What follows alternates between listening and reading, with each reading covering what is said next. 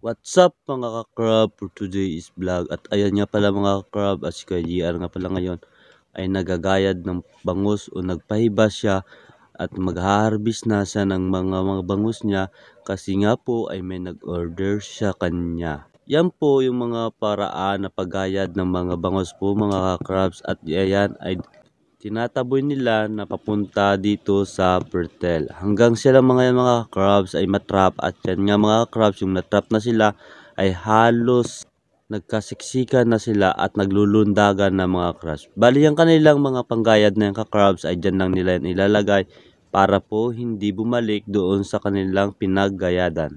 At dyan nga yung natrap na sila at nakaramdam po ng trap ay may lumukso dito sa taas ng pilapil ng isang pirasong bangos, at saka nila ginayad ng utay-utay. Bali dyan ka-crabs, yung paggayad pala na yan ay hindi na kaagad hinuli lahat. At yung pala mga crabs ay utay-utayin lang nila hanggang maubos yung bangus. Bali ngayong araw din mga crabs ay uubusin na nila yung mga bangus dahil nga po ay malalaki na itong mga bangus. At dyan si kuya nga kinukuber niya yung kanyang muka, baka siya ay matamaan ng mga bangus. Sana all. Grabe ang lalaki talaga ng mga bangus nila mga crabs. Bago yung mga bangus na mga maliliit ay nililipat nila doon sa kabilang pond.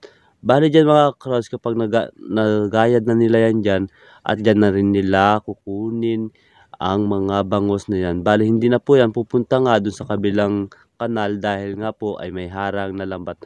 Grabe nung natrap sila mga crabs at naglundagan na sila at halos nga mapunta dito sa may pilapil, at ang iba nga dyan mga crabs ay lumumpat-lumpat pa sa taas ng pilapil. Charot. Grabe talaga mga crabs, at yung nakakatuwa panuorin itong mga bangus nila. Bali kasama ko pa pala dyan yung aking mga bossing, at ayan niya pala yung naglumpat-lumpat sa taas ng pilapil, at yan nga grabe ang lalaki at ang tataba, at bali may alimango pa sila. Bali dyan sa part na yan mga crabs ay binalumbo nila o para manghina itong mga bangus, at sa kanila sisikpawin at ilalagay sa kanilang lalagyan. Bago yung kanilang lalagyan ng mga crabs ay may yelo yon, at para doon sila manghina at doon natuluyan silang mamamatay. At ayan pala nga mga crabs ay mamaya pagkatapos nilang magaya dyan ay titikman natin itong kanilang bangus kung gaano kasarap, at tayo ay mag-iihaw mamaya. Bali ito yung ka-crabs, itong bangus nila. Oh grabe ang lalaki. Siguro ito ay nasa 3 o 2. Oh my God! Wow! 1 kilo ang kanilang bangus, at meron pa nga isang pirasong napakalaking rumpe. Paki-comment naman sa baba kung mga crabs kung ano po ang tawag ninyo dyan sa inyo o taga saan po kayo. Bali dyan ka-crabs, pangalawang paggayad na nila yan, at pinipili po nila yung mga maliliit, kaya dyan si kuya ay may dalang plastic na may tubig at ililipat po doon sa kabilang pond. Bali niya po pala ka-crab, puno na yung isang drum nila at puno na rin yung isang box. At ayan nga ka-crabs, nung matapos naming magayad ay kami ay nag-ihaw na dyan ni Bossing at yung kanyang kasama. Grabe mga crabs, napakasarap talaga at napakalinamnam itong bangus na ito. Kapag dito ka sa probinsya, grabe, matitikman mo ang lahat ng mga sariwang Sana all. isda, at higit sa lahat ay makakalibre ka pa dahil yan mga crabs ay hindi po namin yan binili, kundi yan ay binigay lang, Sana all.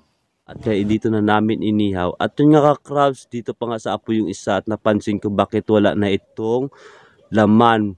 Tinik na lang at bituka yung isa. Nice. Oh my God! Wow!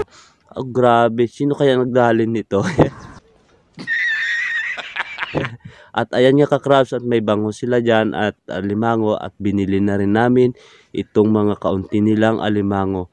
Bali yan ay hindi namin ibabiyahe, at yan po ay ireregalo lang namin doon sa aming isang kaibigan. Kung napapansin nyo dyan ka-crabs ay may isang pirasong bangus dyan na hindi na ihaw, yan ay dadalhin ko pa uwi para makatikin naman yung aking mag-ina. At dyan ka-crabs ay pauwi na kami, at meron ulit kaming pinuntahan na bibiling alimango. Ito din po yung kanilang alimango. Ilang piraso lang pero sobrang laki. Bali yan mga crabs ay classifying na ulit natin yan at ganun pa rin ang pag-process. At yan ay ibabiyahe din natin yung kaunti na lang na yan para po hindi tayo mapahiya sa ating mga suki. Ganyan talaga po mga crabs, kapag kaunti lang ay kunin mo talaga para po hindi kayo mapapahiya sa ating mga suki o tayo ay madadalaan. Sana all. At hanggang dyan na lang yung aking vlog at maraming salamat po.